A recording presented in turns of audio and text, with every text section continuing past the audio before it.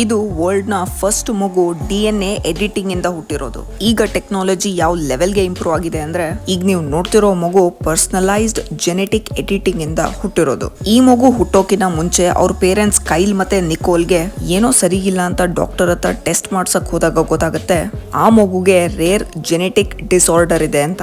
ಇದನ್ನ CPSI deficiency ಅಂತ ಕರೀತಾರೆ. ಇದು ತುಂಬಾ ರೇರು, ಎಲ್ಲೋ ಒಂದೊಂದು ಕೇಸು. ಈ ಕಂಡೀಷನ್ ಇರೋ ಮಕ್ಕಳು ತುಂಬಾ ದಿನ ಉಳಿಯಲ್ಲ. ಅದಕ್ಕೆ ಆ ಮಗು ಪೇರೆಂಟ್ಸು ಚಾನ್ಸ್ ತಗೊಂಡು ಆ ಮಗುದು ಜೆನೆಟಿಕ್ ಎಡಿಟಿಂಗ್ ಮಾಡಿಸ್ತಾರೆ. ಸಿಂಪಲ್ ಲ್ಯಾಂಗ್ವೇಜ್ ಅಲ್ಲಿ ಹೇಳಬೇಕು ಅಂದ್ರೆ ಡಿಫೆಕ್ಟ್ ಆಗಿರೋ DNA ನ ಕಟ್ ಮಾಡಿ ಅದನ್ನ ಎಡಿಟ್ ಮಾಡ್ತಾರೆ. ಈಗ ನೆಕ್ಸ್ಟ್ ಫ್ಯೂಚರ್ ಅಲ್ಲಿ ಯಾವುದೇ ಮಗುಗೆ ಜೆನೆಟಿಕ್ ಡಿಸಾರ್ಡರ್ ಇದ್ರೆ DNA ನ ಕಟ್ ಮಾಡಿ ರೀಪ್ಲೇಸ್ ಮಾಡಿ ಸರಿ ಮಾಡ್ಬಿಡ್ತಾರೆ.